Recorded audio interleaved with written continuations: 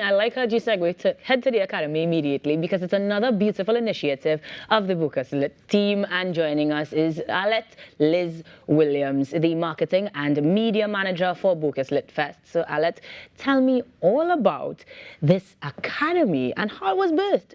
Well, the Bocas Academy is really not a departure from the passion, the drive, the mission of the Bocas Lit Fest. You know, we focus on the Caribbean, but we're thinking international.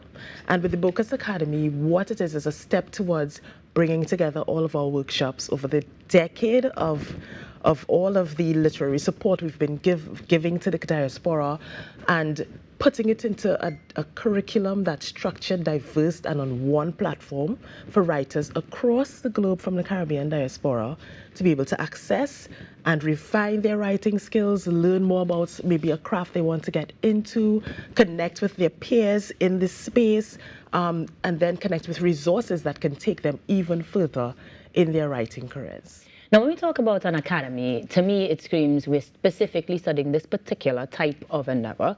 But then it sounds as if where you can take a course during your festival and focus on one area, it means that you have to follow through with the entire syllabus, yes, in the academy? Well, not really, you know, because that's where we are sort of unique. We have writing courses for every type of writer.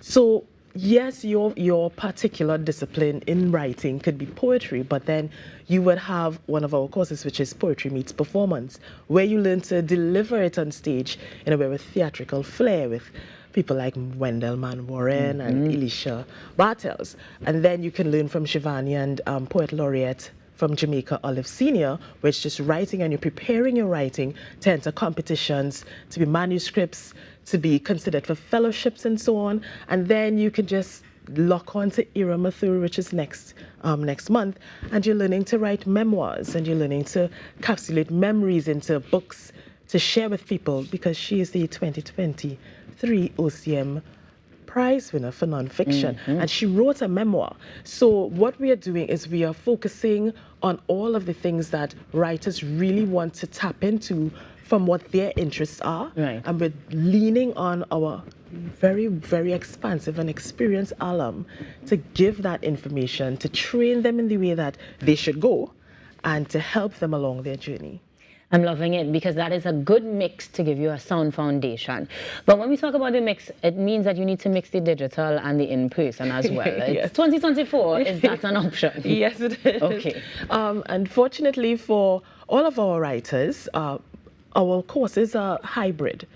Most of them at the moment are digital. Okay. So you can log in online from everywhere in the world according to your time frame, and you can be a part of the course. They are, of course, based on levels. So when you go to the Bocas Academy website, you definitely have to pay attention to what the prerequisites are or not. Right. So you would know, because like for Ira's workshop next month, you have to submit a 500-word piece, and it must be something that you want to refine and you want to use. So you're building that particular piece moving forward. So, and then, well, of course, poetry for performance, there is just like, it's for all ages and all levels. And it's also right before we do our call for the upcoming 2025. You know what I'm talking about. First Citizens National Poetry Slam. So we're strategic as well. Yes. Exactly, very strategic. You took the words out of my mouth, because strategic is necessary when we're talking about self-sustainable. So this plays really well into maintaining that continuity throughout the year, throughout the academic year, and of course the calendar year, that we have supporting options, I want to say, for persons in the literary field. So this is really tying into the Bocas Lit Fest, continuing well beyond just those festivals. Everything is tied together. I love it. Now, when we talk academies, do we talk tuition? Do we talk about expenses on this one? How do we come apart? There are fees for each one of the courses. I mean, of course, we're bringing in top tier people to teach, right? So it's a nominal cost when it's compared across courses around the world, actually. And we made sure to keep it accessible as much as possible, so that we can, of course, cover our costs, give our tutors something as a, you know, to honor them for being able to administer these courses, and also to make people have some skin in the game. because sometimes when things are free, you don't value it as much. And there will be certifications given at the end of each course. So there is something for each writer to go away with, aside from a new group of people that they connect with, a new lecturer or course facilitator that they can have a one-on-one session or ask questions directly to, and then of course they can flaunt it, the LinkedIn, the Facebook. Of course, those are some of the free resources that they're getting access to technically, or are there more things that they can look forward to beyond those actual interactions? There are so much more. We actually show writers where they can submit their work for competitions, how they can learn to write better, when you're having those prompts, when you want to get motivation to write. They can also learn from past writers that have passed through our programs, all on our Bocas Academy page. That's academy.bocaslitfest.com. On that page, you will have access to everything on that one platform. So registration, the actual access to the classes, everything right there? Yes, and all the facilitator information, what's required for you to register, what you get out of it, what you can expect, a little bit about our facilitators, and you can subscribe to our mailing list so you can learn about what's coming up for semester 2 in 2025. I love it. I like the planning ahead. I like how it's structured. I love the fact that we actually have certification that will be regionally recognized because it is throughout the Bocas area. Lit Fest recognized.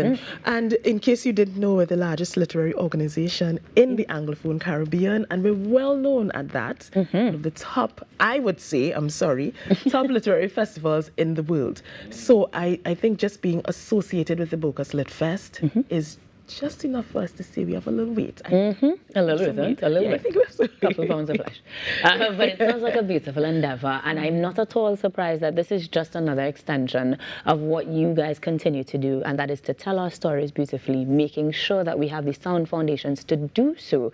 And like your t-shirt says, we're quarreling with history, but we'll do it articulately. Hi. I'm looking forward to, I actually saw it well before the interview was assigned to me, and intended very much to attend some of those workshops because delivery and performance is definitely something I can get into. You want to enter next year.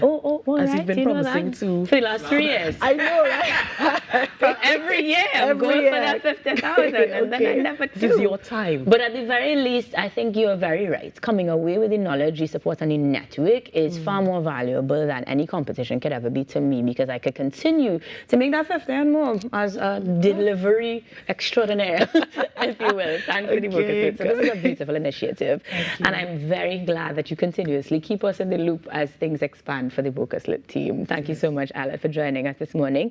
But if you were to leave us with one last thought, perhaps one little bit of information that we could look forward to, because you've already told us there will be another academy, a new calendar for 2025. Will there be any other initiatives that will see the expansion of the Bocas Lit Fest into the literary world? Well, what I can tell you right now is that next year is the 15th anniversary of the NGC Bocas Lit Fest.